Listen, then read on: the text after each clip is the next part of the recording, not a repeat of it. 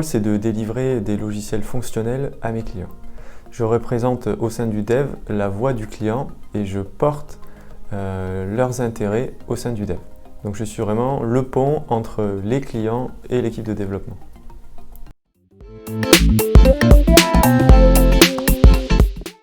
Ce que cela apporte à RG System, c'est d'avoir une personne qui va s'occuper d'écouter les besoins des clients. Et ça permet d'avoir une réalité de ces besoins directement issus du terrain et des utilisateurs. En termes de ROI, le ROI c'est également et surtout le ROI client, c'est-à-dire la valeur d'usage qui va être délivrée par les nouvelles fonctionnalités que l'on développe afin que notre client puisse maximiser son travail au jour le jour.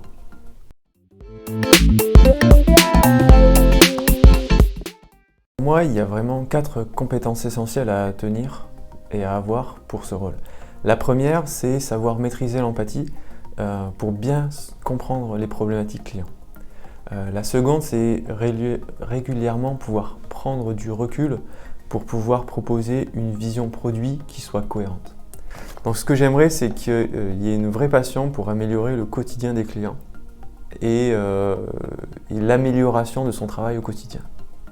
Le dernier point essentiel pour moi, c'est d'avoir toujours pour objectif de construire une expérience utilisateur qui soit adaptée aux besoins de vos clients.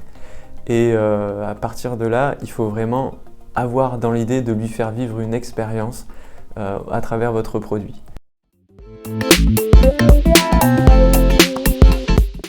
Pour moi déjà, le plus riche, c'est tous les échanges que je vais avoir avec les différentes parties prenantes au jour le jour.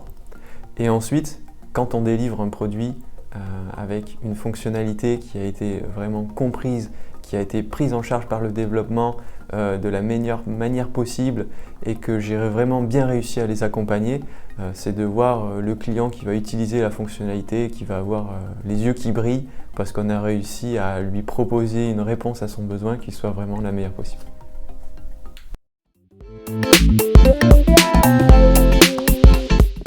Pour que ça fonctionne, il faut une équipe, selon moi, investie et pluridisciplinaire afin de permettre d'avoir une bonne qualité d'échange et donc d'avoir une bonne pertinence à l'engagement.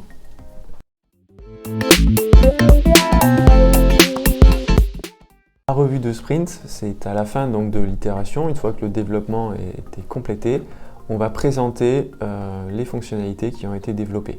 Puisque, comme vous le savez, il faut qu'à la fin de l'engagement, le développement ait un logiciel fonctionnel.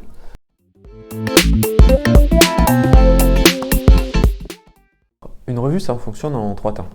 Déjà, toute l'entreprise est invitée à la démonstration et à la présentation des fonctionnalités qui ont été développées. Également, des clients peuvent être invités à cette revue pour avoir vraiment un feedback qui soit au plus proche de ce que va ensuite vivre le client au jour le jour. Donc on commence par présenter de manière très globale les statistiques du sprint avec la performance entre guillemets de l'équipe de développement. Ensuite on enchaîne sur une démonstration qui est très visuelle des fonctionnalités qui ont été développées. Donc c'est tout ce qui va être nouvelles fonctionnalités directement liées à l'utilisateur final.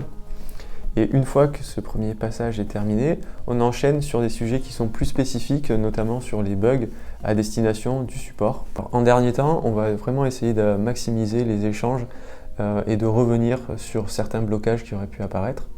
Et ensuite, on va présenter les prochains sujets, les prochaines thématiques sur le prochain sprint.